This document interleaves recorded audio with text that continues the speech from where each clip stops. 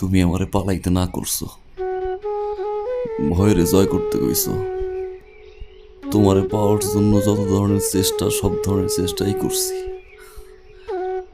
কিন্তু কোনো কিছু হইতেছে না। আমার আর কিচ্ছু করার নাই। এখন তুমি কও না, আমি কি করব?